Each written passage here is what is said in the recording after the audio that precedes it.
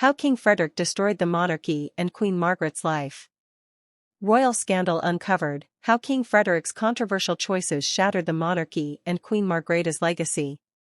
Welcome to B News. In the grand halls of Amalienborg Palace, where tradition reigns supreme and the weight of history hangs in the air, few could have imagined the storm brewing behind closed doors. Denmark's beloved Queen Margrethe dedicated her life to preserving the dignity of the monarchy, yet recent revelations have left the nation reeling. King Frederik, her eldest son and heir, is now accused by royal insiders and critics alike of having destroyed the very monarchy he was sworn to protect, and in doing so, of breaking his mother's spirit. Today, we uncover the full story of how one king's controversial choices brought Denmark's royal family to the brink of crisis, and the heartbreaking toll it took on the woman who once ruled with quiet strength and unwavering grace. Before we dive deep into this extraordinary royal saga, we invite you to like this video, subscribe to B News, and hit the notification bell so you never miss our exclusive stories about the world's most powerful families. And don't forget to join the conversation in the comments below. Do you believe King Frederik went too far, or was he simply fighting for his own truth? The story begins decades ago, when Queen Margrethe ascended the throne in 1972. As Denmark's first female monarch, she carried the immense responsibility of preserving the crown's integrity during a time when monarchies across Europe were crumbling. Throughout her reign, she maintained impeccable decorum and a steadfast dedication to duty, even as she raised two young sons, Frederik and Joachim, under relentless public scrutiny. From the start, it was clear Margrethe had a particular vision for the future of the monarchy, and it involved a tightly controlled image of unity, elegance, and tradition.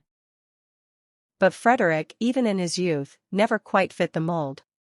He was shy, introspective, and often rebellious in subtle ways. Margrethe reportedly lamented his lack of decisiveness and once called him ill-suited to rule in private. Yet her love for him never wavered, and she held firm to the belief that, when the time came, he would rise to the occasion and protect the royal legacy. What she didn't anticipate was just how far Frederik would go to chart his own course, at the monarchy's expense. The first major blow came when Frederik fell in love with Mary Donaldson, a vibrant and independent Australian commoner. Although Margrethe begrudgingly approved the marriage after considerable pressure from the public and palace advisors, she reportedly feared that Mary's modern approach and foreign background would erode the monarchy's carefully crafted image. She was right to be concerned. From the start, Mary and Frederik embraced a more casual, relatable style that delighted younger Danes but drew scorn from traditionalists. Over the years, Frederik's willingness to flout centuries-old conventions in favor of modernity only intensified. His insistence on raising his children with more privacy and less ceremonial pomp, his embrace of social causes once deemed controversial, and his apparent disregard for the strict royal protocols all began to chip away at the monarchy's aura of mystique. For Queen Margrethe, these shifts were nothing short of devastating, not just as a queen but as a mother. Perhaps the most shocking moment of all came when Frederik, then crown prince, reportedly threatened to abdicate his royal role entirely in protest of the pressures imposed by palace life. Insiders claim Margrethe was left heartbroken and humiliated, pleading with him to reconsider for the sake of the crown. Though he ultimately stayed, the fracture in their relationship was never fully repaired, and Margrethe reportedly confided to close friends that she felt her life's work had been undone by her own son. In the final years of her reign, Queen Margrethe appeared increasingly withdrawn, even melancholic, during public engagements. Observers noted her cool demeanor toward Frederik and Mary, speculating that she viewed their choices as not only reckless but damaging to the very institution she had dedicated her life to upholding. When Margrethe eventually abdicated, citing health reasons, some royal commentators openly suggested that her decision was hastened by disappointment in how Frederik intended to lead the monarchy into the future. As king, Frederik wasted no time making sweeping changes.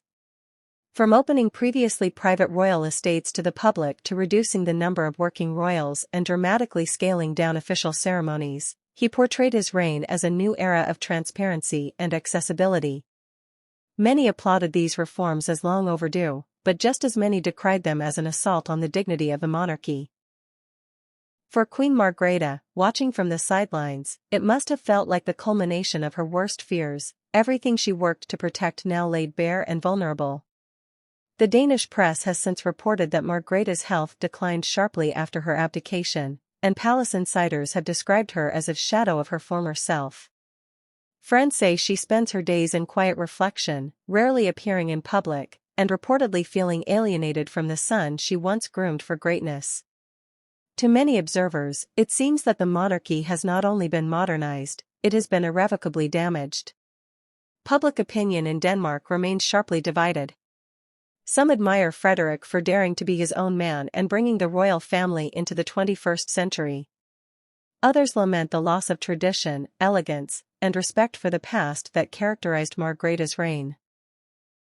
Polls indicate that support for the monarchy itself has dropped since Frederik took the throne, a worrying trend for an institution already under scrutiny across Europe. What cannot be denied is the deeply human story at the heart of this royal drama. Behind the headlines and ceremonies lies a family grappling with generational divides, personal pain, and the impossible task of balancing tradition with progress. For Queen Margrethe, the cost of her son's choices appears to have been nothing less than her own sense of purpose, and perhaps even her happiness.